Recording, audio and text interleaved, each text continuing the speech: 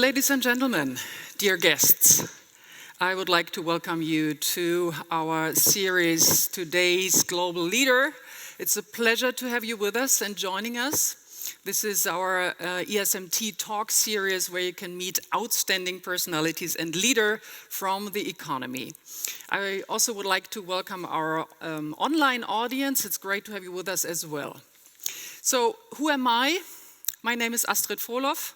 I'm a TV journalist, I'm a moderator, I'm a consultant, and I have the pleasure to lead you through this evening. In today's fragile and volatile world, the requirements leaders are facing are tremendous. How do they navigate? How do they really lead their companies through rough times?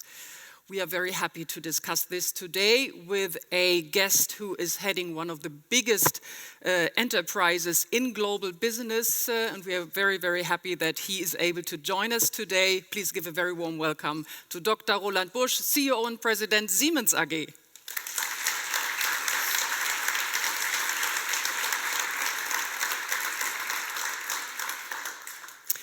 And we are also very happy that ESMT is hosting again this event and that President ESMT, Jörg Rocholl, is joining us as well.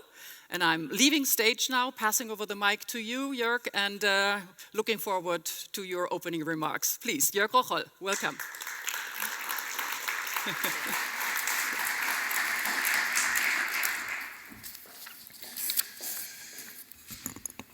Thank you very much, Astrid. Thank you very much again for opening the Today's Global Leader series. Ladies and gentlemen, esteemed guests, both present here and online, it's a great pleasure and it's my great delight to extend a warm welcome to you to our fourth edition of our accomplished Today's Global Leader series. Today featuring Dr. Roland Busch, President and CEO of Siemens AG.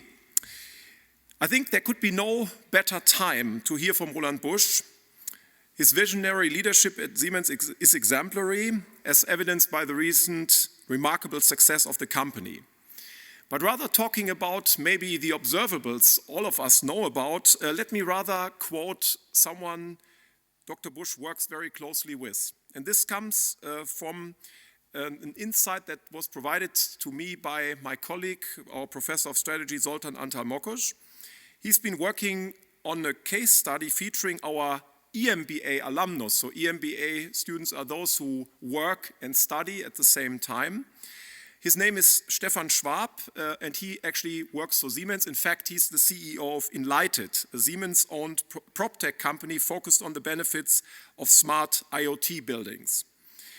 They actually, Zoltan and Stefan, develop a case in which they look into the development of the company.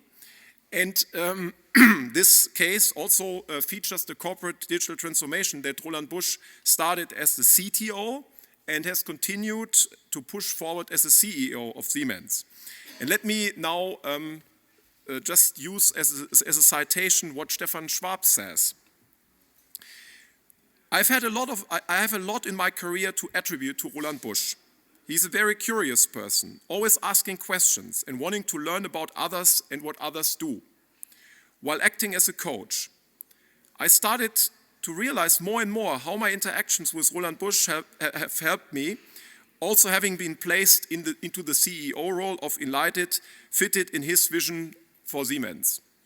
So this is how one of our students, one of the senior executives at Siemens, describes his interaction with Roland Busch, and I think this speaks much more to everything Roland Busch has brought to Siemens than me just repeating still very impressive performance figures that we can all observe. So in that sense, his strategic foresight, the unwavering commitment to innovation, the vision mentioned above, have positioned Siemens as a formidable force in the digital landscape.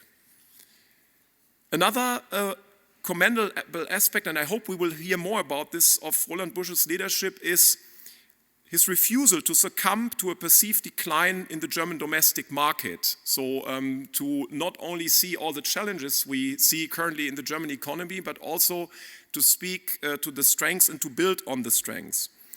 So Roland Busch is boldly charting a course for Siemens to thrive in the industry by planning high investments. So to keep on investing, to keep on seeing the opportunities that are coming up. And in that sense, we are very much looking forward to your talk, to your insights on the various aspects that come with this very important leadership position at Siemens, as well as maybe the broader perspective that we see for Siemens in the global, but maybe also in the national economy. With this, thank you very much, Dr. Busch, for being here with us.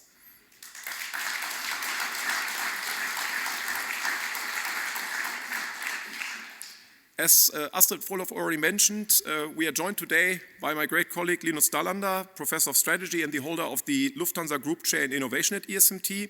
He will set the stage for the engaging discussion, provide insights from his current research on the developments of new ideas and innovation in organizations. So thank you very much, Linus. Not yet, but the applause is still valid.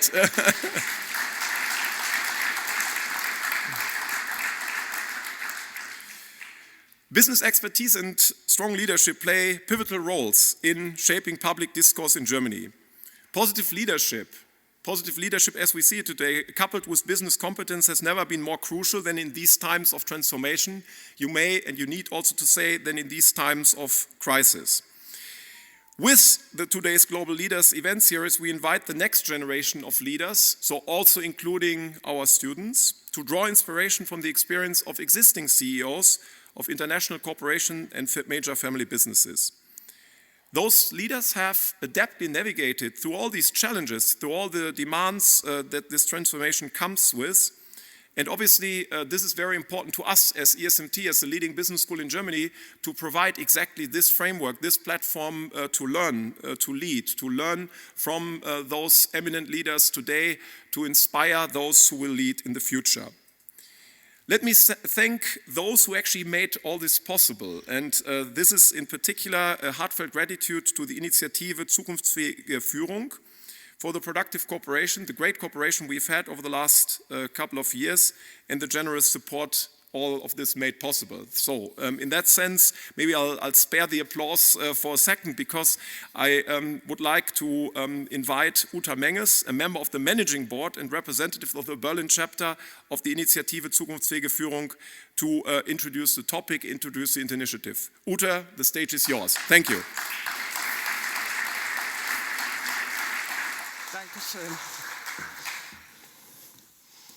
Yeah, dear guests here in the audience as well as online in the live stream, and a special welcome to you, Mr. Roland Busch, to this event today. My name is Uta Menges. I am a representative of IZF, Initiative Zukunftsfähige Führung, Initiative for Future Leadership.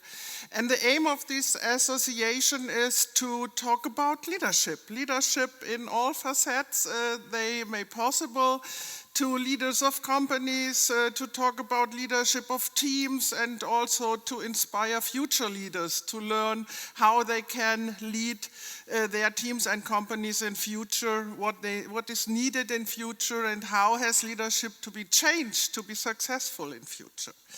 So we have a lot of events also here in Berlin and in other cities, and we are very happy to have this cooperation with ESMT. I stand here now for the fourth time. This is great. We are working together now for 2 years. We had 3 wonderful events, and the fourth today. And this is really a very important part of our program, to cooperate with other companies, with organizations, with initiatives, to make this topic much more important and to bring it to a much broader audience. So if you are interested in the work of IZF, it's easy to find it in the internet, to look for some more offerings we have. And last but not least, we have here the fourth event of this series. We worked together for two years, as I said.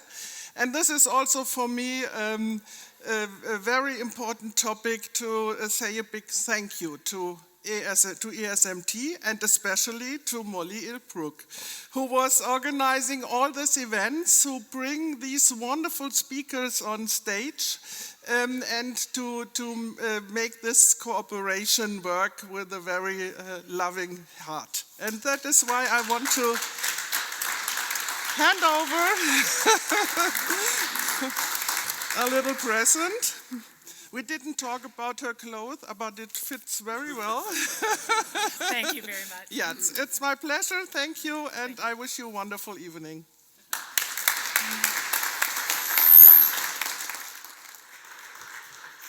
Well, thank you very much, Uta Menges. That's really nice of you. And indeed, thank you so much, Molly, for organizing all this so wonderfully.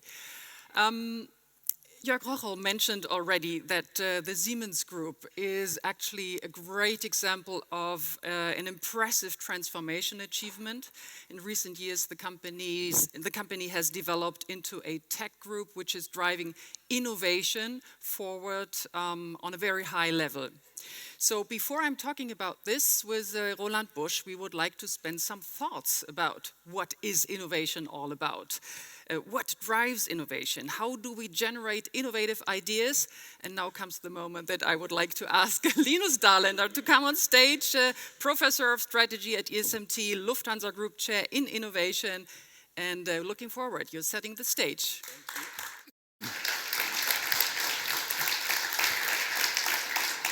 Good evening, everyone. I'm Linus Dahlander, and I have the true pleasure to introduce you for about 10 minutes. And I have very clear instructions by Molly to be done in 10 minutes, which is very hard for a professor to do something on the allotted time slot. I think this is super important because I have many students here, and everyone, when they think about innovation, they tend to think about the quick wins, the small innovation that I think are easy to get, so like new apps and stuff like this that can be brought to market very, very quickly. And I think what Mr. Busch is going to show is all these important things that Siemens is developing, like big pressing issues that take in huge investments and an extended period of time to bring those ideas to the marketplace. So this is what many of my students would like to do, but I hope that after this evening, they're going to be inspired to really work on the bigger pressing issues as well. And oftentimes I joke about this, that many of my students, they have this ambition to set up like a one-stop shop for something. And I oftentimes joke about this, that it usually ends up a shop where no one actually stops. And I think it's sort of true that many would like to do a two-sided market. They're inspired by the Amazons of the world, trying to connect two different sides of the market that were previously disconnected, not fully appreciating how difficult that actually is to happen. And I think one of the issues that I think is oftentimes forgotten when you look at the big industrial companies is that innovation is not only fun and games. I looked at the statistic for Siemens for 2022. It's invested, now I'm maybe missing the numbers, 5.6 billion euros, more than 45,000 people involved in R&D, 2,625 patent applications filed in the European Patent Office last year alone, making it one of the most active patenter in the European Union. These are big things and obviously huge challenges for individuals inside organizations. How do you make sure that you incentivize the right behaviors today for fruit that are actually going to bear fruit many years from now? So obviously, innovation is a very, very long process that I think is oftentimes forgotten. So think about the pandemic that we all suffered through, and all the science that we could actually piggyback to bring these new vaccines to market very quickly. If it wasn't for the fact that we had science that had been developed over a very extended time period, it would not have been so lucky this time around to have vaccines that could have been brought quickly to market. Other examples involved how we're going to solve the energy crisis. We're all involved in this right now. Obviously, if you look at the carbon emissions in Europe, there are huge differences in this. And how can we make sure that we have this? This is going to require significant investment over a very extended time period. Also, for space exploration, think about NASA trying to colonize Mars. What happens if we, hopefully that's never going to happen, but if we have to go somewhere else and abandon Earth, these kinds of investments require a very extended time period and obviously very smart people to work with them.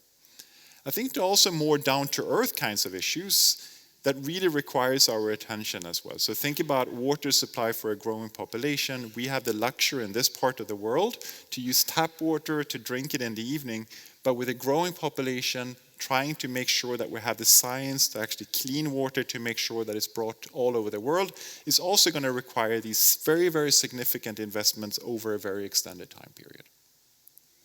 And I think now we had the pleasure to see maybe a revolution when it comes to AI. And I think not all of us have actually had this. I'm old enough, even if I still look relatively young, to remember when internet was a thing and when I had the breakthrough. Now I think with artificial intelligence, and if you think about these kinds of investments that were actually behind this, is obviously something that has been working on for a very extended time period, requiring enormous investment to bring those to the market. And if you bring this back into the people working inside the organizations, one thing that we know from quite a bit of research is that we would like to see the result of the things that we work on. I love seeing students being successful afterwards, papers getting published in the best journals or something like this. And oftentimes, if you work in a large organization where the rewards sending like a spaceship out of the earth, obviously is very far into the future, but you have to build different kinds of organizations that is resilient enough that work today to make sure that you are successful in the long run. So obviously, I think this is a huge challenge, and oftentimes my students think about these kinds of issues, where you incentivize, you generate ideas today, you bring them to the market, and the time separation is not a big thing.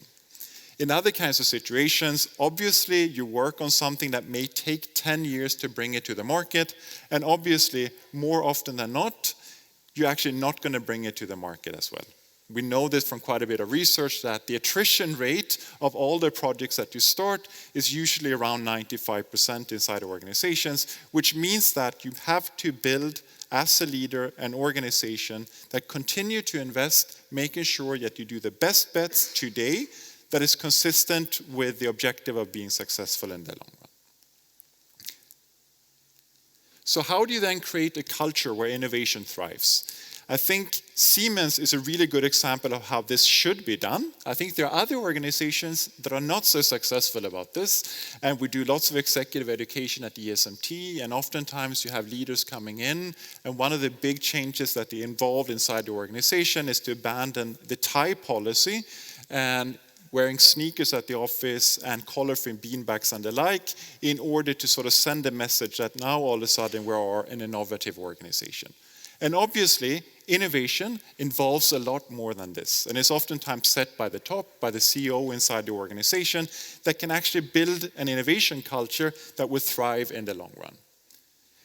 And I think there are 5 elements that are important in that regard. And I think oftentimes it starts with a forward-looking CEO who thinks about the purpose and connecting the daily work that you do today to the grander vision of the organization.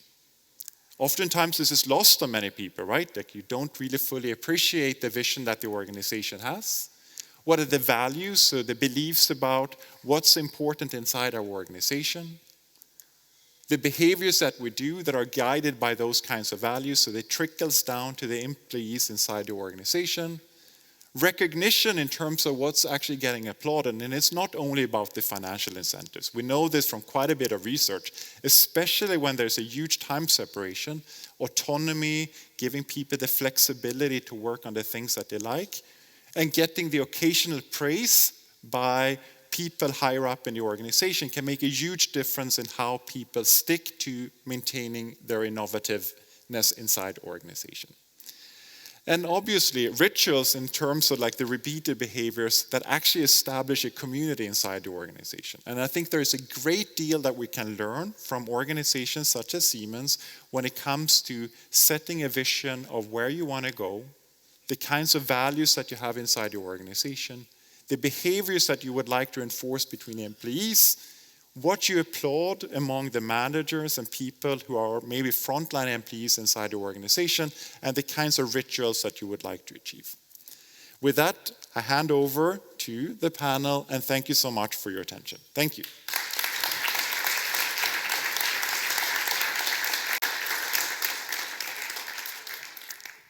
thank you so much, Linus Dahlander. Thank you so much for setting the stage and for rolling out the red carpet for the man who is heading Siemens, one of the major global players, one of the most innovative companies.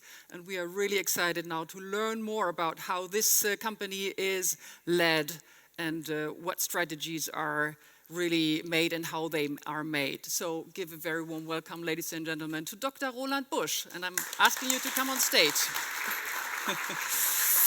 Okay, so let's have a seat here. It's great that you have time to join us today. I know you're absolutely busy, of course. You are invited to put questions to Mr. Busch as well.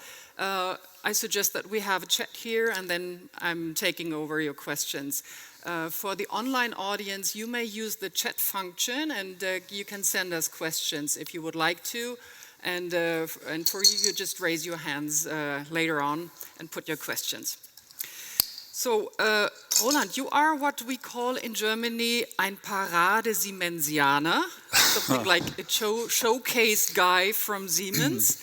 You were born in Erlangen, yeah, where Siemens has one of its biggest branches. You studied and earned your doctorate in physics there. You are with Siemens since more than 30 years. You hold a lot of positions, managing positions. You know the company from, inside out. Did you never think of doing something different and change to another company? Actually, I never thought starting at Siemens in the first place. So when you grow up in Erlangen, this is a Siemens and university town, and very often people say, of course Siemens, but the others say it's too much. So I don't want to start at Siemens. I was of the later one, but I had a great chance to get a grant from Siemens for my PhD, so I got in contact with the company and the great people there. Mm-hmm. This was amazing. The guy who supported me into my PhD studies was a brilliant physicist, theoretical physicist, working at Siemens. Imagine that. Yeah, and finally they got me, and I'm a lifetimer indeed. So I started off in corporate technology and made my way through the organization, which is good because I think it's an asset. If you know Siemens somehow inside out, I got a chance to lead for 3 years strategy, where I learned so many all businesses which we have.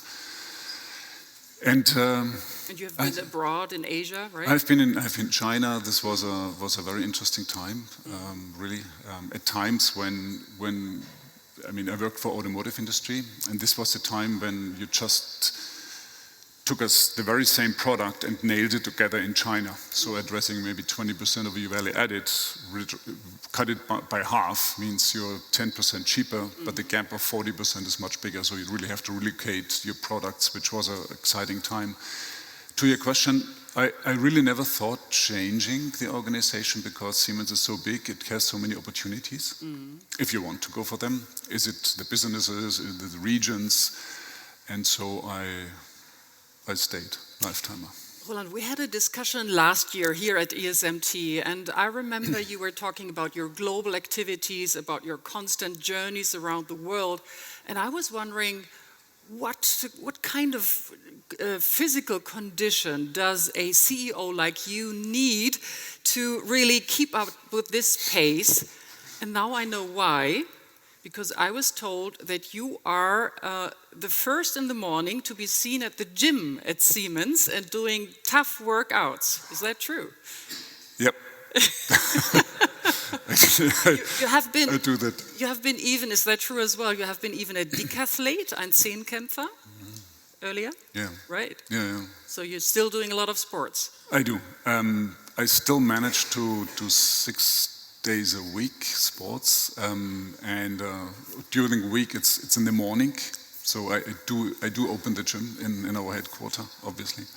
So it's something. So is this something you really need as a CIO, to have a physical condition to stand all this? I don't know. It helps me at least. Yeah.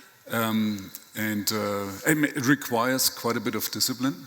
So it's not that I'm every morning get out at 6 o'clock in the morning and say, cool, let's go to the gym for an hour. Sometimes I really have to force myself into and have a lot of discipline, and I still do that. Yeah, I mean, there's a very Right. simple trick now. When you really think, no, I don't want, then pretend that you say, okay, I go there just not to be, let's say, too weak. Go there, make a very easy workout, and after 10 minutes you're in the flow. So Yeah, I think we know that. But I do believe it helps. Yeah. It helps that you have a kind of a physical exercise in order to keep your body strong and awake, because it requires quite a little bit of endurance, I would say. Let's talk about your business. Many companies in Germany are struggling currently due to the multiple crises we are facing, of course. But Siemens is doing really well. Siemens is making high profits. Jörg Rocholl mentioned you have great numbers. So what do you attribute this to? And we just learned about innovation, and I do believe that Siemens constantly, over the last, and our company is turning this year 176 years. We always invested in innovation, in R&D. We're spending 8% of our revenue in R&D, which is higher than all of our peers.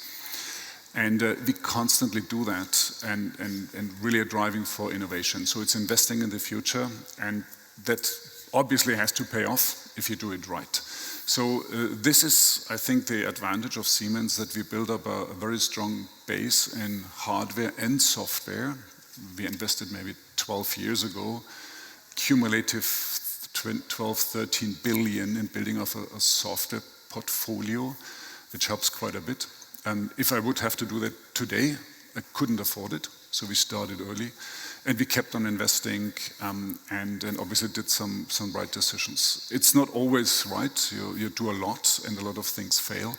There's a difference, though, between incremental investments and really innovation, where you have some kind of disruptions. The likelihood that you hit the ball on incremental investments is much higher, whereas innovation, really in a disruptive way, there you might fail, you might not. And obviously we have smart people. We will come to that, how do I lead? It's really by empowerment, because I don't fear that we miss the boat. If we are setting the right direction, our people will figure that out, what kind of technology stack we need. But you really have to give a lot of freedom, and you have to give a try. So you have to dare to fail, otherwise you are not innovating fast enough or let's say strong enough in order to make a change. Mm. So you have ambitious plans with Siemens. Siemens has undergone the biggest transformation in its history in the past, and now Siemens again is transforming, and it's on its way to become a digital company. So what is your, can you say this, or how would you describe this? That's a very good one. Very often people are saying, are we going to be a software company in the future? Right. Are you? And not really. What I'm always saying is we are going more software savvy. We will have much more software content, but we will always produce hardware. Because, and I recently said it, the strategy of Siemens is very easy to formulate. It's one sentence. We combine the real and the digital worlds. That's about it. That means you have to be in both. You have to be in the digital world and the real world, and this is the real value of this is a new kind of, I would say, a new kind of tech company we are talking about. You have the tech companies, the American tech companies, they are really all software-based completely, even though they do hardware, no? I mean, Microsoft does a lot of hardware. I mean, they build data centers like hell. This is hardware. But what we do is we take software and leverage the value of hardware in using software. We bring the speed of software development to the hardware. We are solving the real problems in the world of growing while using less resources, of shortening cycle times, driving innovation speed, making assets which are sitting in the field more valuable and have a longer lifetime in using software. And that's key, and that's the big difference. So therefore, we will always produce hardware, but we will load it much more with software. It's becoming much more important. The magazine Der Spiegel wrote about this and was headlining, the Siemens boss wants to make the company a pioneer of the digital age. For him, the role models as Alphabet and Amazon are Alphabet and Amazon. Is that consistent or is it crazy, asked Der Spiegel. So the question is actually, can we take on big US tech companies? I don't believe that Amazon is my role model. I believe you can learn a lot, but this is a different business model, a different type of company. We always can learn. I mean, not only from American companies, also from Chinese companies, you can learn a lot. No, but I do believe we have to find our own way, because I mean, there's no company which is like Siemens, and the combination of software and hardware which we have today is really unique. It's a USP. But this is not good enough. And you talked about innovation and about multi-sided platforms. I do believe that the transformation lies not only in the way how we're using technology, digital technologies, but also in the way how we are running the operating model. So in short, and this is a little bit simplified, but I think it hits the nail, German economy is built on ecosystems. Think about automotive, medtech, chemicals, pharmaceuticals, and they are built in tier. Tier 3 delivers to tier 2, to tier 1, to OEM, and they deliver a product. And everybody's creating value. Very linear, and in that case, you either partner or your supplier or not. The future is still an ecosystem, but it's platform-based, it's multi-sided. So you have a technology stack, and you're just using this technology. It's open technology, and you're adding. The more you add, the faster you grow. And it's not about taking the same pie and divide it into more pieces. It's making a bigger one. This is a completely different mindset in the way how you manage business. It's about openness. It's about not developing everything on your own. Choose your ecosystem, build an ecosystem. And that's the other part of Siemens. Yes, we are strong. We have an almost 80 billion company. We are investing 8% in R&D, which is substantial, 6 billion. But it's still not enough to really bring this technology stack to the world. So we need an ecosystem. And getting the best technologies into our ecosystem, integrated faster than anybody else, and make it available to our customers. I do believe this is the biggest lever which we have. You can see it a little bit from the tech companies, they do that. Almost all of them have a very strong ecosystem. Also talk about NVIDIA, for example. It's not only the silicon, it's the ecosystem which they built. And that's something what is a learning for our business leaders. But if you play it right, then you build something that's not only unique from your technology perspective, but it's also unique from the ecosystem you build around, and that can scale. But how do you manage this with such a global, huge company as Siemens, doing this transformation and change the mindset in all your branches all over the world? How do you do this? When I'm asked what's my biggest challenge, it's not picking the right technology, it's not how do I allocate capital. Of course I have to do that. I do believe the biggest challenge is to take 320,000 people along with me. And this is a multidimensional thing. It starts with, let's say, my management team. It has to be diverse. You have to bring different aspects to the party. You have to bring experience from companies who are running different business models. We are developing trainings for our business leaders, how they manage in a new way, this kind of platform game, how you manage that. That's you need to do, but at the same time you need also to address everybody in the company. So I'm doing podcasts and doing global webcasts and try to talk to the people and convince them that this is the right way to go, because everybody has to change. We're spending 300 million on education and training. We developed a special curriculum for our blue-collar worker in order to train them on how to program a robot from a mechanical work into programming a robot. This training goes for 2 weeks up to 2 years. So, and again, this is taking everybody along with us and talking about what we want to do and why we do that. And at the end of the day, if I can ignite this kind of excitement for technology, what we can bring not only to our customers, but also to society, to the environment.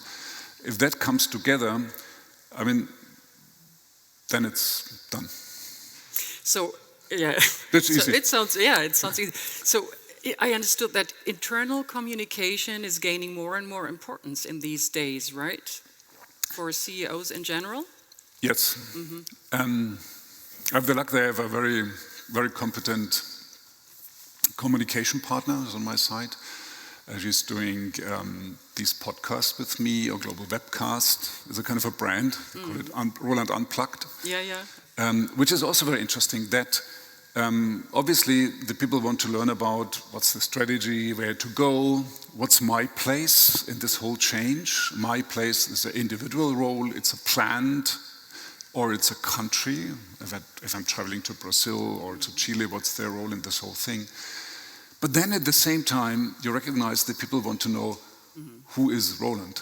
I mean, very often when they open the Q&A, it's all about, the first questions go for business, and then it's all about, the gym. For example, the gym or whatever, how do you deal with stress, or what you name it.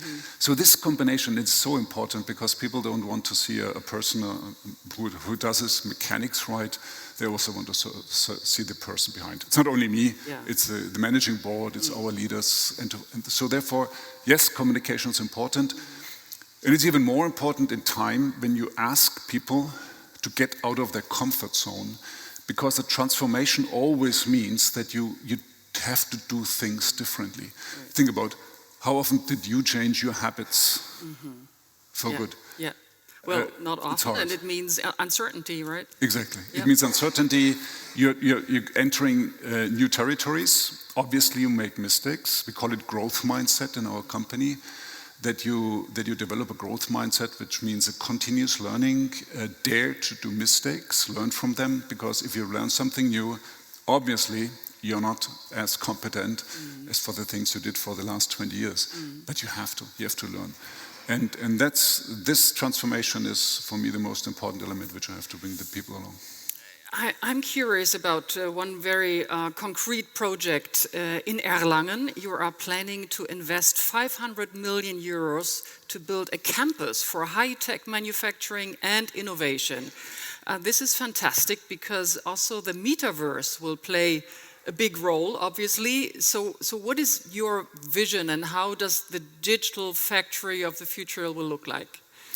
So, yes, you are correct. We are investing 500 million in a already very competitive and successful plant. We do their drives and PLCs, so industrial PLCs. And we want to bring this very same plant to the next level. It's already very much automated, award-winning, but we want to go for the next step. So let's talk a little bit about the metaverse, the industrial metaverse. You have to say that the industrial metaverse is not the same like the metaverse which Mark Zuckerberg would describe to you. There's a YouTube clip for 5 minutes, he describes it. It scares me, because what I see is young people who are not leaving their home anymore, spending their money on virtual things. I mean, there are people who are spending $500,000 on a virtual real estate, which sits next to real estate in the virtual world of a rapper they know. I mean, how crazy is that? So this is one thing. The other one is the industrial metaverse solves real problems. I mean, again, reducing their energy consumption, the way how we develop our economy. So what is it? And let me quickly describe what it means. Okay. What you do basically is you create a digital twin of the real world. Take a manufacturing plant, and you create a digital twin, which is real-time, which is photorealistic, and which is physics-based. So that means the two of us could immerse ourselves into a plant in Singapore, where we are really looking into this world and see exactly what's happening at the very same time. It's the machines, the people who are working there, everything, even the parts which are moving around. And again, it's photorealistic, so as if you would look via camera to this plant, but it's not. It's a digital twin. What you can do now is, if you recognize that something goes wrong, you can go back in time and to a point where the yield was good and up and running, and you can figure out what happened in between. And then you can fix it. Let's assume there was a software upload which was not working very well. You can fix it in the virtual world, check it. If it works, you give a trigger to your robot, upload the software, and you solve the problem. You can even go into the future that you say, how long does my robot last if I'm working without maintaining it when my output goes down? So this is a valuable tool mainly for maintenance?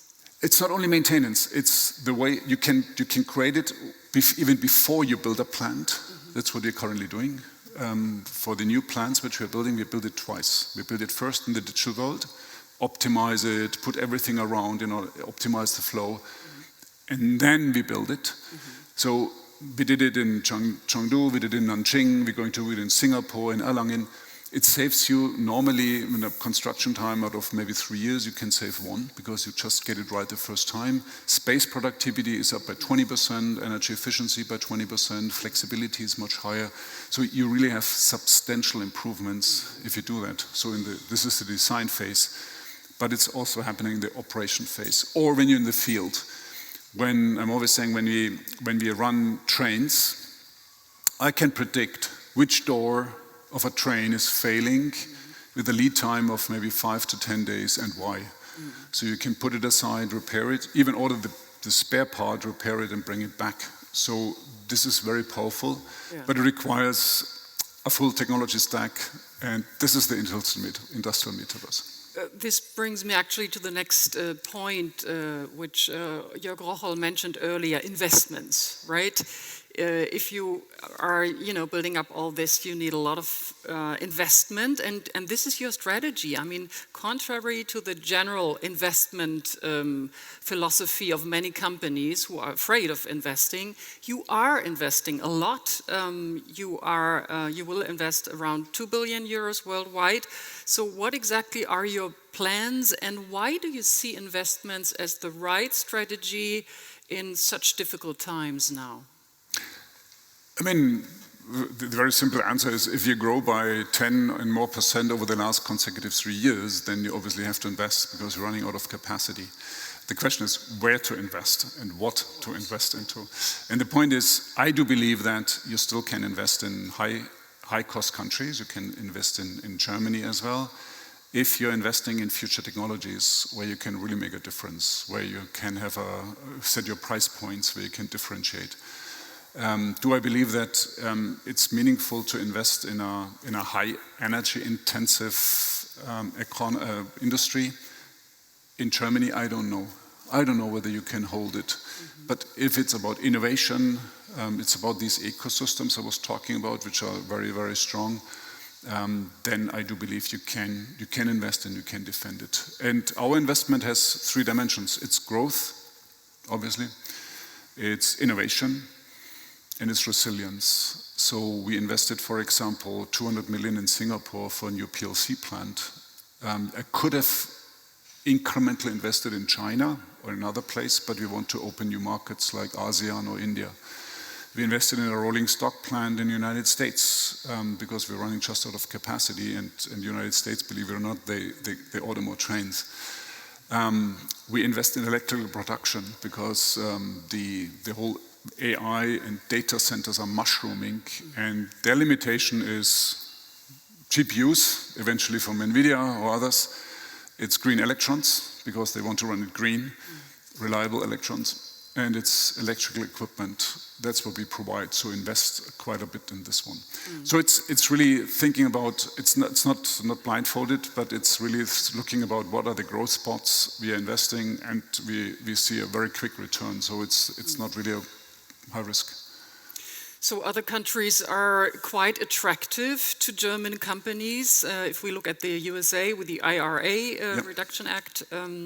So there is a lot of concern that Germany will lose its attraction as a great business location, Wirtschaftsstandort.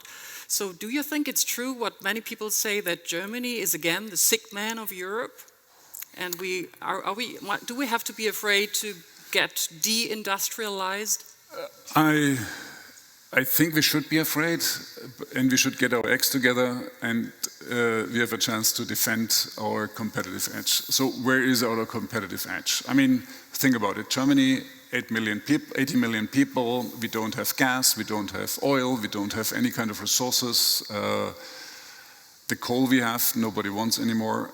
So the real asset is our people, is the innovative strengths, which makes us as one of the largest export economies at the same time. We have great companies, and I'm not talking about the big ones, or not only, but also the hidden champions, the small and medium-sized enterprises. This is an asset, backed by highly innovative companies and great people. When I'm asked by, and very often we have rounds with political peoples, chancellor, minister of economy and the like, and we ask for advice.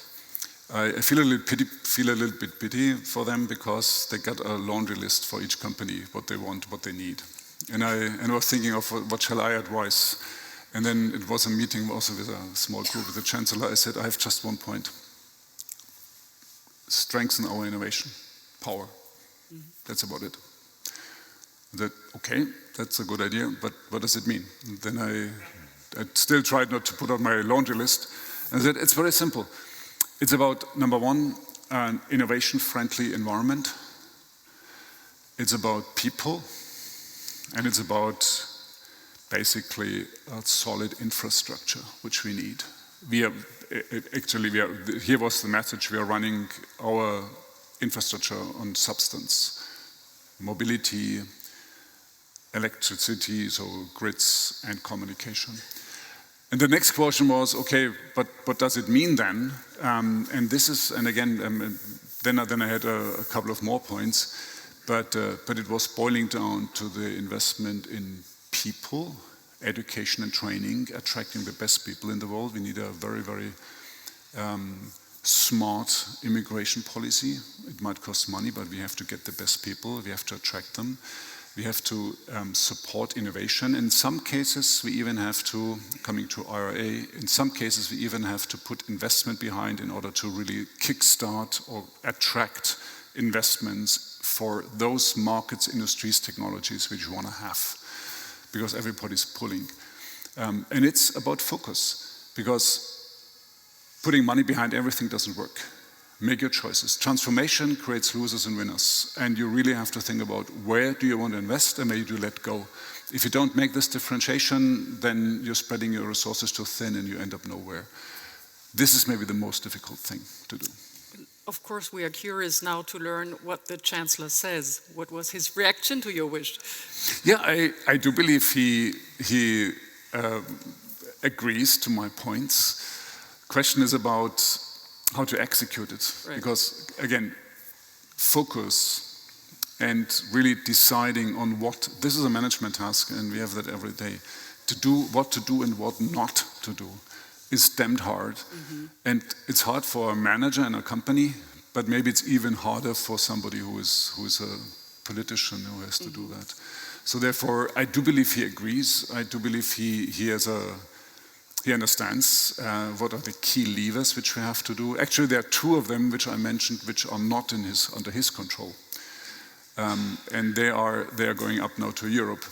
And these are number one, and I told him that as well. Number one is the regulation craziness coming from Europe, which is really unbelievable. I mean, you just cannot be competitive anymore if you execute all of these regulations. There are 620 laws in the pipeline in this tenure of the European Commission. Yes, and 4 of them already through. And the second one is making Europe one market. Because if we make ourselves small, if we always look at the competitiveness of 26 individual markets, and if you're too strong, then you have to, either you cannot acquire or you have to divest or whatever. It doesn't work when other companies are playing the whole market in the United States or China. So these are things which we have to change definitively. I don't know how. I left him with that one. I said, that's a... You mentioned management abilities, which builds the bridge to leadership. We want to talk about leadership. How do you lead? Linus, he says one thing is important, for example, how to motivate your employees today for outcomes in the future. I thought that was really a good one. So how do you motivate your people? How do you take them along? Because, you know, thinking about strategic decisions is one thing, but to really take your people with you is the other thing. So when I started with my management team actually 3 years ago, after we spun Siemens AG, we outlined 4 strategic priorities. 2 of them are about people, and I come to that. One is customer focus, and I really mean in a sense that we really try to understand or even anticipate what customers need. I put it that on a high level because Siemens is very often very much internal oriented. So it's and not really customer focused because we believe we have such a great technology. So you have to listen. Number 2 is technology with purpose. So which is really making clear Siemens is a technology company and we differentiate with that and putting a lot of emphasis and also my personal engagement is it in just checking out what kind of great technology we have, talking about it, building an ecosystem. I really spend a lot of time with the tech companies. The two strategic priorities which are on people are empowerment and growth mindset. Why that? Empowerment for me means that, I mean, obviously if I hire and pay people for doing their job, why should I tell them what to do? I do believe they should be smart enough to figure that out. Yet it means that we have to set a frame, the strategy where we want to go, and within that frame, people should be empowered to act. This is important because it increases the speed of the company, because you don't have to get all the way down and up if you get for a decision. Mm-hmm. Bring the decision point to the lowest possible level and allow people to do what they're supposed to do. Make also clear that empowerment is a two-way street. It gives freedom to act, but it's accountability to deliver.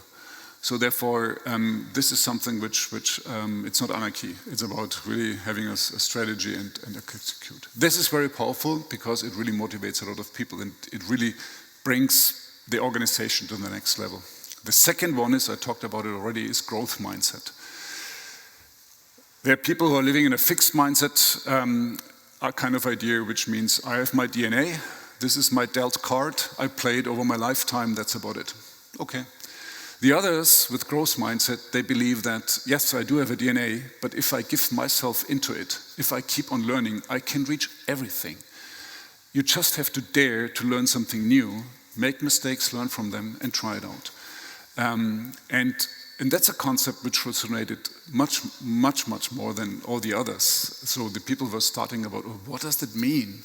And shall we try it? And you have a lot of examples of people who do that. So this growth mindset is so motivating for people and doing exactly what I want, mainly trying to take the people from here to there in this transformation. Without growth mindset, it will not work. So these are the two elements, I guess, which we are focusing on. Many departments are saying, oh, there are 8 other elements. But I said, if you have 2 of them and really make them right, then you got the point. Mm-hmm. Okay, we received a lot of questions in the meantime, and I would like to give you the space for putting the questions forward. I'm taking 2 or 3 questions from the online audience, and then you are invited to raise your hands and put questions as well. So one fits to what you've just said. We can feel your enthusiasm, someone says. Do you see an impact on candidates and new hires? How do you attract people? I do believe, yes. The point about is that people recognize very much how much passion you have for what you're doing. For example, the passion for technology. I do believe people recognize that, and I do have passion for technology. I want to learn. I try to keep up with my techies, which is hard. I mean, Siemens is such a big company. We go from left to right, from software to hardware, electronics, whatever, quantum computing, whatever you name it. So, but to really be interested in, try to learn. Even sometimes, I mean, when they start talking, then I got lost somewhere in between. Really, even you? Yeah, but you know, this is the growth mindset part. I still have to learn. But once you do that and people recognize that you're really serious about it, I think it has a certain appeal, and people know, at least those people who are sharing the values. So yes, I do believe it makes a difference. Mm-hmm. There's another question. Which 3 things would you recommend to bring the fail fast, learn fast culture to drive innovation and transformation in a global company? So I mean, making failure and mistakes is good, but not in all disciplines. I don't want to make my financial community to make mistakes in their closing of our financials. This is not the place where you should make mistakes. Neither in getting quality out of our manufacturing sites. So here we really require accuracy and high quality. But there are spaces, and this is the first thing I would do. I mean, define the spaces where you really can do something and give the freedom to do that. Secondly, the second thing is growth mindset, because I generally believe that if you do not really encourage people to try something new, and generally also say it's absolutely fine to fail and restart again, because once you do that, I mean, this is the fastest way to learn. And by the way, if you look at the way how a German innovates and Chinese innovate, you can learn a lot. I mean, Chinese iterate very fast. They just give it a try and they pivot. Germans are thinking very much everything through and then give it a shot. So both things have their relevance. Sometimes one wins, sometimes the other. Disruption works more the German way. But anyhow, and the third element is if you start and you succeed almost every time, you didn't throw the spear too far. Innovation means that you have to fail, you have to make mistakes. Otherwise, you didn't try hard enough or didn't go strong enough into something new. This is also something where people say, okay, so that if I fail, I do something right. And it's a different concept. Yeah. In German R&D departments, if they say, now I'm allocating 10 million very often they say, I have to deliver. It has to work. And we keep on investing behind in order to make it work. And sometimes you better stop because it doesn't make sense. So it's really a very, very delicate thing how you steer it and how you encourage people to do. So at the same time, at least you should hit the nail a couple of times out of 10. So failing always is not good. So you really have to also sometimes make it work. Okay. So would you like to put questions? Just raise your hands. Okay. Can we get the mic, please, and pass over the mic? This third row, please. Could you please stand up and introduce yourself quickly, please? Hi, Yeah, it's open. It works. Okay. Hi, I'm Louis. I'm a Master's Management student here. And my question is, would you do it all again? Because you've been at Siemens for a few years now, and just general look back on your career, would you do it all again? Well, yes. I mean, the short answer is yes. I mean, you know, I love what I'm doing, and I, as long as I believe that I see that I can contribute and make a change, I would. So I would do it all over again. I don't know whether I would change things. There's one, but since you're asking, there's one experience which I made, which I would like to pass on to people who are starting in the leadership position, is that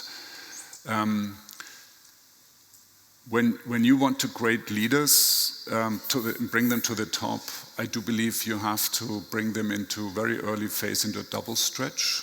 Meaning that identify people who believe, where you believe that they can make it.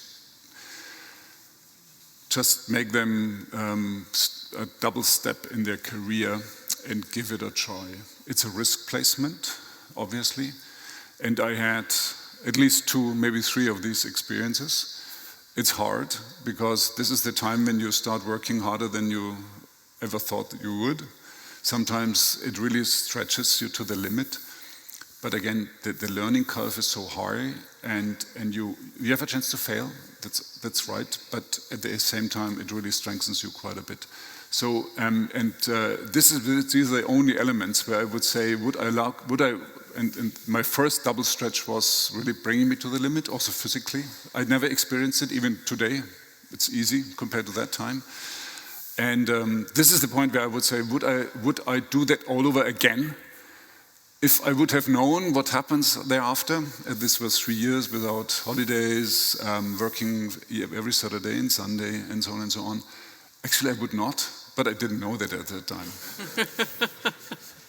Okay, yeah, that's probably really necessary not to know. So, are there more questions? Yeah, there's one in the second row and then in the fourth row, please. Thank you for your very interesting talk. My name is Thomas Fein, I'm a lawyer. You mentioned that transformation creates winners and losers. And when I regard the sanctions, Siemens left Russia after a 170-year-long stay there, and because the sanctions were punishing Germany and its effects much harsher than Russia. Russia does not have a shrunken economy, and Germany is the only one shrinking here, and there's a big trend towards anti-globalization. And for a company that has unique selling points on a worldwide scale, is that a way forward? How much liberty, if you have so many contacts with politicians, do you have not to speak of green electrons like Chancellor Merkel in the Munich Security Conference said there are no Russian molecules recognizable after liquid natural gas instead of gas coming from the Nord Stream pipeline, and we said thank you for exploding it. So this is a big shift in, I think, economic conditions that policy now is undertaking towards anti-globalization. How much liberty do you have as a leader here to maybe tell the politics? Okay, thank you. So, I mean, Russia is very clear. I mean, it's a war started by Russia, and there was no alternative. I mean, that we just follow the government, but also on our own. That we made a clear decision. This is not going to work. We're going to shut down. Pardon me? I don't care. I have to make my conscious decision. Is that something what we're going to do or not? And our decision was clear, and it was a hard decision after, as you said, 160 years or more in Russia, very successful business. It hit my bottom line by 1.8 billion. We wrote off, whatever, I think a 4 billion order backlog. But this was the right decision. I don't agree with the deglobalization. I do believe we end up in an even more global world. Coming to your point, the freedom to go into different countries or to make business in different countries is absolutely there, and we even have to. We have to increase our resilience. The operating model of our world broke. The operating model was bringing offshoring any kind of industrial work, manufacturing work into countries with labor arbitrage, China, and adding on incremental investment. It brought us to a point, and again, the dependency on Russian gas from Germany was not a good decision. We pay the price for that. It was by far not a good decision. What's even more crazy is that the whole world buys 92% of the high-performance chipsets from one place and one company. And this is even more crazy. Think about it. All data center, all your laptops, iPads, they're running on this stuff. 92% come from one country. And by the way, TMC sits even on this fire ring. How crazy is that? So I do believe the world has this model is broken. We have to really go into an even more global world, redistributing value added into a much, much more resilient sense. What does it mean? It means we have an embedded inflation because it just costs more money because you don't leverage what you did before, which is all fine. But again, I do believe this is the right way to go, and we are not feel limited at all. And I think it's the right thing to do to go into a more global world. Still, dependencies on technologies is good because it provides stability in the world. So no country in the world can make a semiconductor without getting supply from 3 or 4 countries in the world. So, and that's basically the strategy what we are following up. There's a question in the 4th row, please. Yeah, just speak and it'll open. Perfect. Yeah. So my name is Alex. I'm from Director of Strategy from the company Sonnen in Germany, and I'm also from the ESMT EMBA cohort. And you spoke a bit earlier in your intervention about the importance of industrial ecosystems. And what I was intrigued to know about, thinking of the second half of the century, that there's going to be higher disruptions in our global supply chain. What is the role of a company like Siemens to maintain such ecosystem, industrial ecosystems? Well, I mean, actually we launched a strategy based on that what I said before. We call it Siemens Accelerator. It's basically this summary of the strategy about ecosystems, what I was talking about. What is it? Siemens Accelerator is, number one, it's a technology stack. It's from a sensor to a controller to an edge device to an application in the cloud. Because again, when you combine the real and the digital world, you need a technology stack, which is much more complicated. It has to be open, modular, flexible, because it's a building block which you try to scale as high as possible, and this is the reason. Number two, it's an ecosystem, because you need partners to really support you. Is it tech partners, cloud partners, NVIDIA for photorealistic representations, but it's also small companies, application developers. And the third one is a marketplace, because I mean, think about China. They have 350,000 small and medium-sized enterprises which need to digitalize and automate. They are semi-automated. I cannot send sales guys to 350,000 people. Even Italy has 40,000. So we need a marketplace so you can buy digitally. So and this is what our role we can play. We can provide a platform, a marketplace, which also others can use. So we are connecting marketplaces to marketplaces. It's an ecosystem which we are trying to be to spread out and to grow as fast as possible.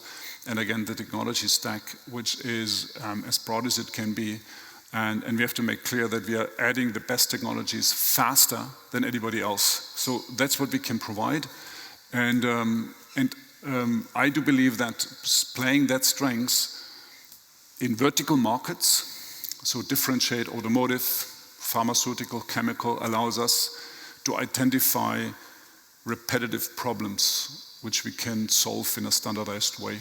So therefore, this is the combination, and that's the role I guess we can play together with our partners.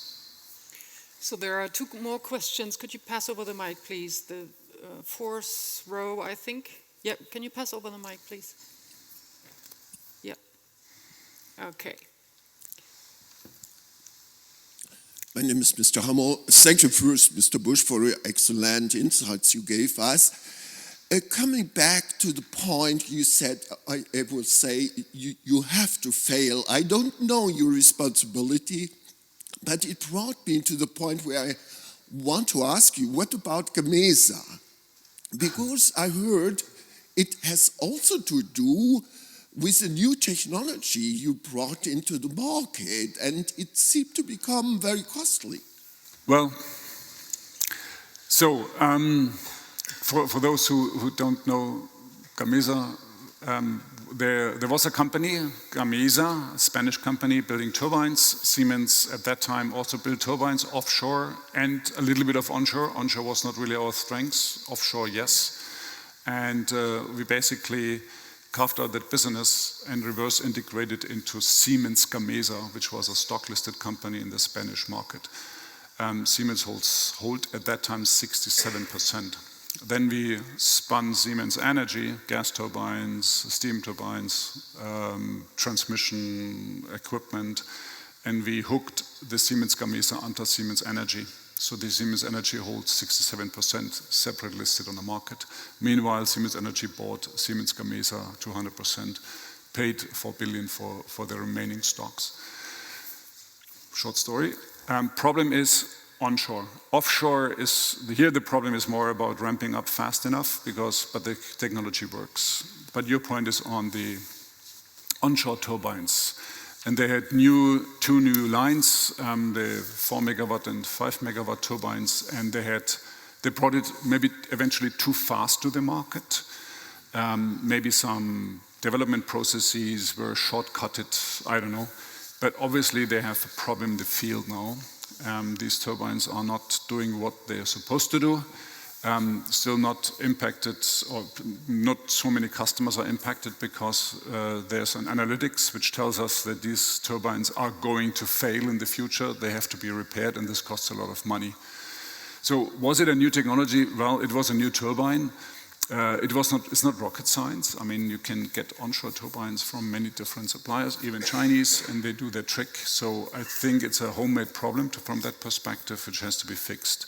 The other part, which is not homemade, is the pricing level, which is compared to the price increase of turbines in a market where you didn't have price escalation clauses in your contracts, which is a problem on its own that has to change. So, well, I think this is not the failure mode I was talking about. When you really develop a product and you bring it to the market, the quality should hit. You might make a failure, or you might make a second try in innovating something, but when you're really serious about it and launch it, bring it to the market, you better get it right. Okay, so over there, please, and then we have more questions here and there. Thank you. This is Ramon, Quality Manager for Thermo Fisher Scientific. My question goes about I was impressed before when Linus mentioned before that you had more than 2,000 patents in 2022. And you also mentioned that Siemens employees and Siemens in general love their technology. You mentioned as well that you should rather anyway focus on your customer, understand your customer. And my question is, how do you think you have to choose where to invest? So this is obviously you have to understand where market and requirements are going, which is being customer focused. I mean, then again, you learn, you talk to customers and you understand what their needs are, which is maybe just not good enough. Because if you would have, I mean, you know this example, now, if you would have asked at that former time before Ford brought a car to the market, what people would know, they would say, I need faster horses who eat less, which is maybe not the trick. So you really have also to anticipate, is there any kind of disruption or the way how you're changing the rule of the game in order to really make a difference. This is the most difficult environment, in particular if you are market leader. You know, this incumbent syndrome or innovator's dilemma, when you're sitting on a business where you have a high market share and at the same time you recognize that there's a change or eventually a disruption by technology, by business models. The likelihood that you fail is very high. There are not so many examples of companies who really made it. So this is for me the most difficult one. And Siemens we had our own share. I mean, we were a market leader in communication networks and we badly failed. We really failed. This business is gone, basically. So here comes the point. On the one side, you have to maintain and defend your strengths while giving a freedom to the organization to develop new models, which is damned hard. And again, sometimes you really have to create your own environment within a company and let people on the sideline develop what they do. Another lesson learned is that if you do that, try your technology in a market where you have low market share, where you don't shoot yourself in the knee, but where you say, I mean, this is a market segment where you just can go all in because you're offering. And once you make it there, then you can roll it into your business. But understanding where to invest means also that you have to understand, and this is what I believe is also strengths of Siemens. We have still a corporate technology department, where we have researchers. They worked on knowledge graphs, on AI, many, many years before, and we kept on investing in this one. There we have people who are working on additive manufacturing, on power electronics, gallium nitride, any kind of new technologies. And to have these guys who are really fronting the markets and think where technology goes, and combine that with market intelligence. And the last point is, I do believe that I play a little role in that one too. Because I have the pleasure, and this is really the cool thing about my job, is I meet so many different people, customers, thought leaders, techies, all around the world. So this integral knowledge, which I'm just accumulating while traveling and talking to so many people, sometimes gives me at least the feeling that I can imagine where the world is moving, and so I can steer it also to a certain direction. So it's a combination. And last point is, I ask my leaders, listen and listen and listen. Talk to your techies, talk to your customers, talk to the people on the street to really find out and learn as much as you can. But this is maybe the most important thing to do, where to allocate capital in terms of R&D. So we've got many more questions. I think we can combine them a bit. So sure. There's one question over here, just... Or I'll be faster. Yeah. So please Go put ahead. your questions. Working? Yes. Awesome. Maybe to your point. Hi, I'm Robert. I had also the pleasure having my lecture with Linus and the MBA cohort before you. My question is regarding your beautiful message on innovation. So I think we as a country are more innovative than we think. And I recently read an article, I forgot where, in Handelsblatt I think, where they question whether government is still the strongest influencers to change mindset in the company. So my question is you as a leader or other great company leaders, do they gain more influence to change the mindset of Germany as an economy to be more innovative? Because like today I realized that there are so many innovations that Siemens does that I didn't really know prior. So maybe would you be a stronger influencer to surface this knowledge? Okay. I make it very simple, very short. I mean, if you ask whether the government influences us, I hope not. I hope not. It would be good enough if they set a frame and let us or let technology develop and let the market play. This is much, much more important. I do believe this is the contrast. Can we influence the government to do that? I don't know. I try. But okay. Yeah. Okay. So now let's switch the sides and we take some questions over here. Please pass the mic quickly to the third row. Third row. Yep. Okay. Okay, hi Roland, thanks for your informative talk. I'm Mansi Singh, I'm a Master's in Management student here at ESMT Berlin. And my question to you is that today in your talk you emphasized a lot on the competitiveness in the economy right now, and you emphasized that the international companies are more competitive. So my question to you is that, do you think Siemens is a German company because the core sits in Germany, or do you consider it to be an international company who is ready to embrace the change and be competitive in the whole economy? Yeah. I mean, we are headquartered in Germany, but I do believe we are a very international company. Somebody said that maybe there's only two institutions and companies which are more global than Siemens. One is Coca-Cola and another one is the Christian Church. So I don't know whether it's right or not, but I mean we are really very international, and this is the strength of Siemens that you have, and in many countries where you go, we have been since more than 100 years. You won't believe it, and this is a tremendous strength. Yet I would make one difference. There are countries which are more sales outlets or sales organizations, and there are others who are really creating value in terms of manufacturing, and there are others who are creating value in terms of manufacturing and product development, R&D. And this is now really the tricky thing. How thin can you spread R&D development in order to really make it? And where do you allocate it? Typically, you allocate it to large markets, because once you have an R&D department, you want to scale, obviously. So we have, give you an idea, we have 45,000 people in the United States compared to 80,000, 85,000 in Germany. So from that perspective, we are a German company. But we have also 30,000, 35,000 in India, similar amount in China. So therefore, we are very international, but we are bringing more and more R&D and core development also to other countries. Mm. Well, this also answers a question which was put online by the online audience.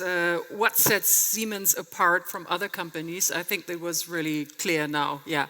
So let's get more questions here in the middle. Yeah. Go. Right. My name is Thomas. I work as a system manager for Siemens. Yeah. And I'm also an EMBA candidate here at ESMT. When we talk about innovation, we always talk about failing fast, and I think that's widely accepted that it's important to understand that. Now, if we substitute in an ideal case, we do that, yeah, we cannibalize our own offering slowly. Somebody needs to fail slowly. And that is probably not so widespread accepted, because it's not cool to be the person to fail slowly. Yeah, over years and over years. How do we communicate that, especially in the ecosystem? We bring in external players that might even cannibalize our own portfolio. How do we do that? So, I mean, the point about any kind of disruption or transformation where you build something new, and obviously you have the old and the new. This balance is very delicate. First thing is, as a manager, you have to always give appreciation. When I'm in a top management meeting and we talk about software, I always talk about, hey, I love you guys who are doing hardware. Or if somebody does something new, you always have to give appreciation to the guys who are creating the money today. So this is a very, very important thing to recognize, number one. Number two is, I don't believe, the point is not that you say you're failing fast or you're attacking fast or slow. If you want to change it, you should try to look for a market segment and go all in and really, really try hard and try it as fast as possible. You don't have 10 years to slowly grow up. By then you're done, or a startup catches you. So you really put your bet on a smaller market element and go all in. The biggest problem comes really it's less the technology part. Kodak, they failed badly. They did have at that time the best digital camera. Xerox, another example, but also Siemens had technology. But the point is that very often the sales guys are standing in the door and you cannot incentivize them on both. So therefore, this is the reason why I'm always trying to say, find another market where you have a different sales motion and go all in and try it as fast as possible. But this transformation, I do believe it's not a standard answer I can give. It's the most difficult management task you can get.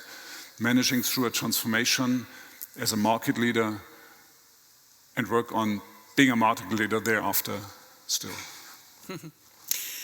Let me pass one question from the online audience, and then it's up to you again. How does Siemens ensure its supply chain stays strong and adaptable in face of challenges like shortages or unexpected issues? Supply chain was, in particular in Corona times, a big challenge. And number one is we are treating our suppliers fairly. So we didn't squeeze them. We didn't so that in times when it's getting difficult that they're firing back.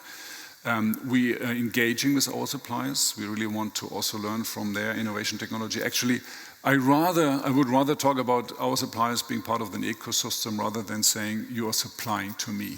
So engaging them with their innovation into the way how we are using it. That has a certain limit. If we talk about commodity supplies, it's different. But at the same time, you really have to watch out that whatever you do, make it with respect and fairness. At any point in time, it pays off. That's the logic behind. Okay, let's take another question. In the back row, somebody was raising his hand all the time. No? Yeah, you can. Yeah, please go ahead. Hello, Dennis, also from the EMBA group from Ernst & Young. I have one question, and we combined our questions for convenience. First, how do you prioritize personally, your personal life, corporate life? And the other one is how to become a CEO actually from such a big company.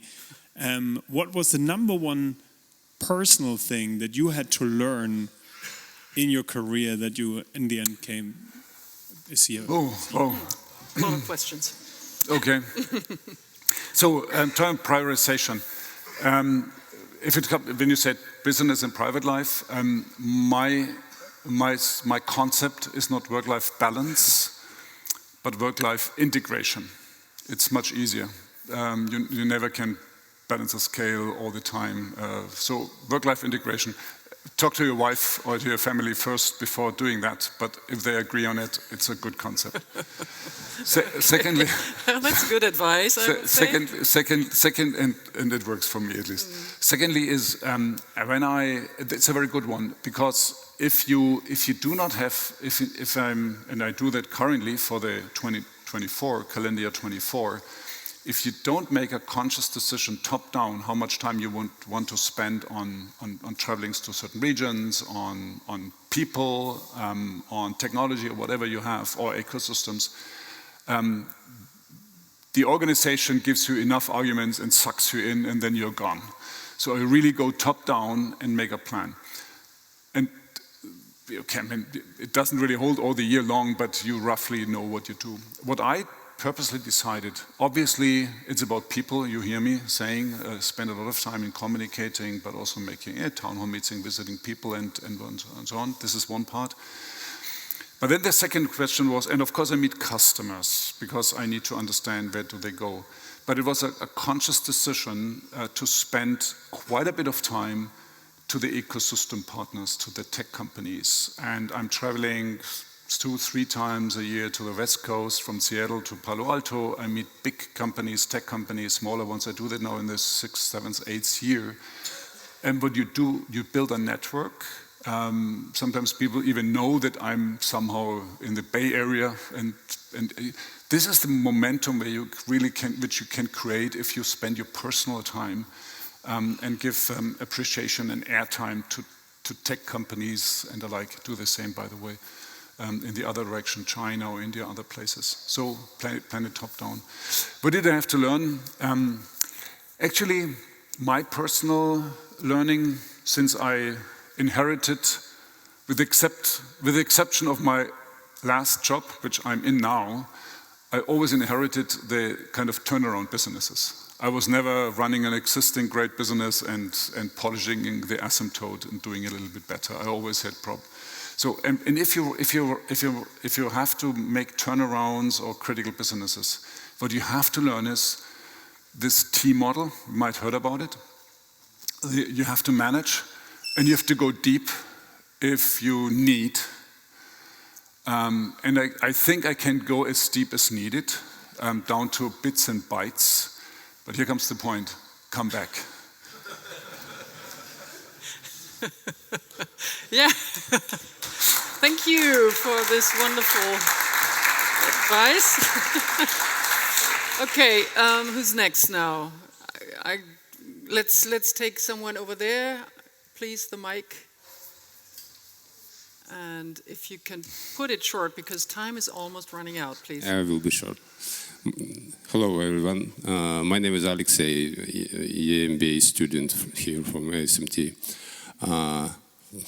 My question is, innovation required a lot of entrepreneurship environment and mindset in the company.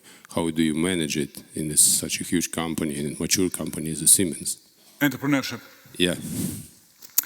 So we are running 4 businesses, and below that we have business units, something like 15 business units, which are carrying the core P&L.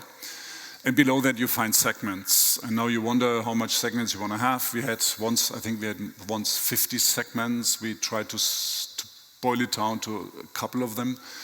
And here comes the point. The business units are carrying the core P&L. But very often it's not good enough if you want to create a speedboat, something very fast. So we created a separate room, so to speak, in our organization. We call it fast-growing businesses. Like, for example, our business with charging stations. They grow by 30–40%.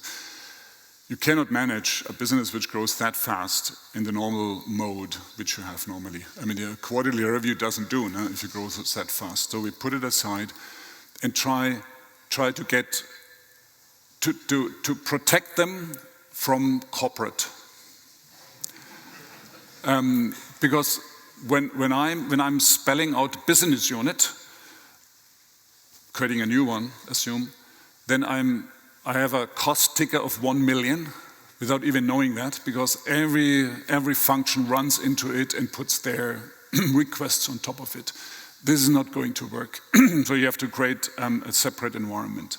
So this is one thing. The other one is really creating, if we talk about, I talked about the technology stack and the modularity. They have software stacks.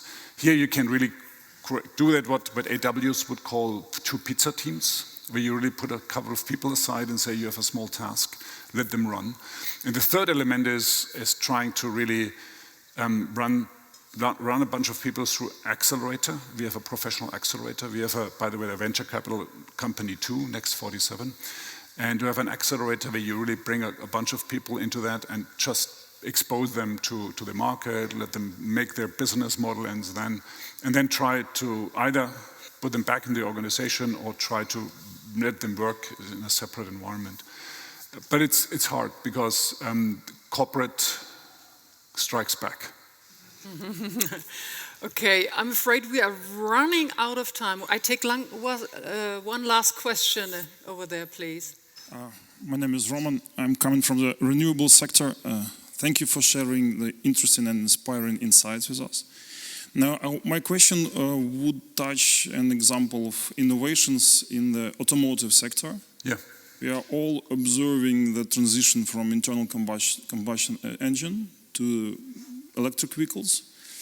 And when it comes to producing a car, it's not only about large enterprises like Mercedes, Volkswagen, other companies. It's also about 1,000, 2,000 more suppliers of different parts to such enterprise.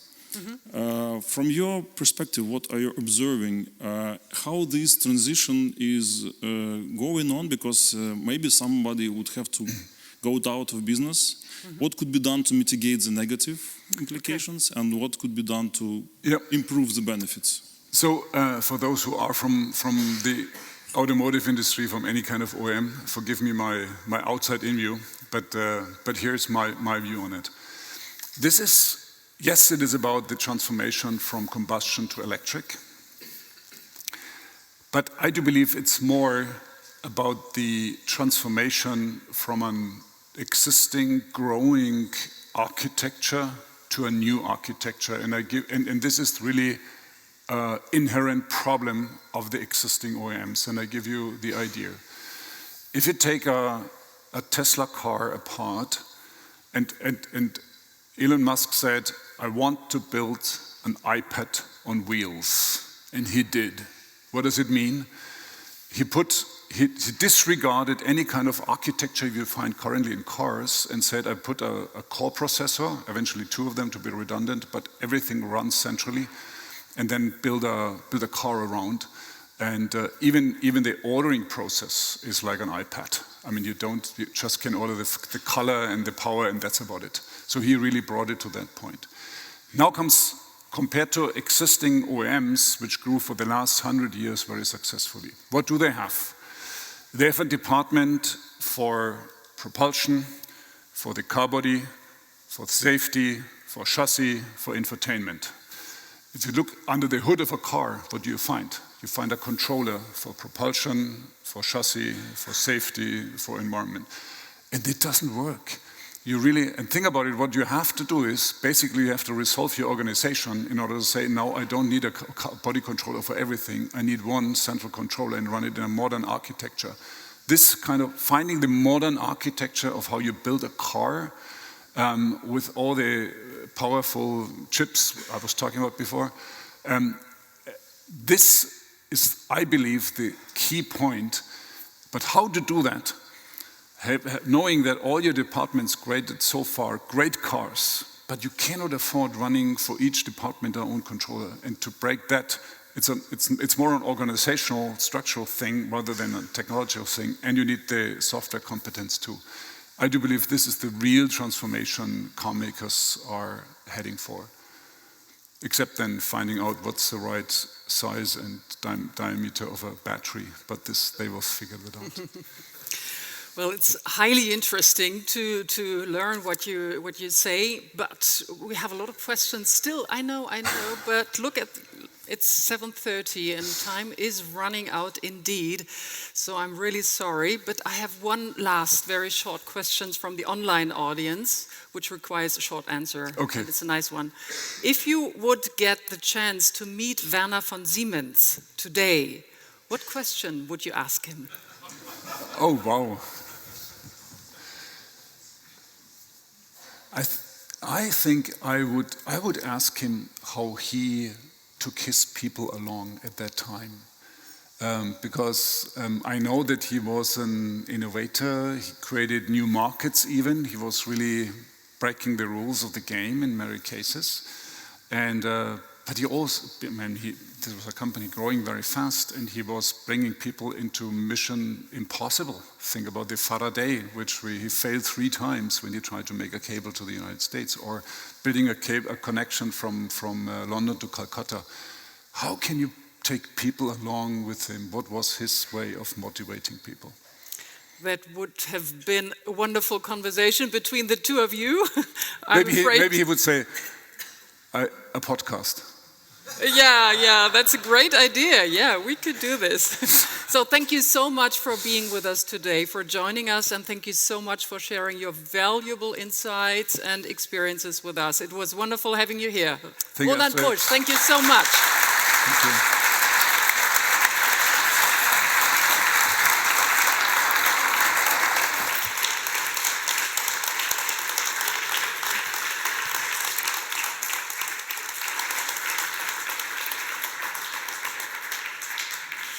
So I think I'm asked now to invite you for a reception. Is that true, Molly? And it's going to be down in the lobby, down the first floor. Okay, so we all have a glass of wine or water now, so you're invited. And have a nice evening. Thank you for coming and joining us. Thank you.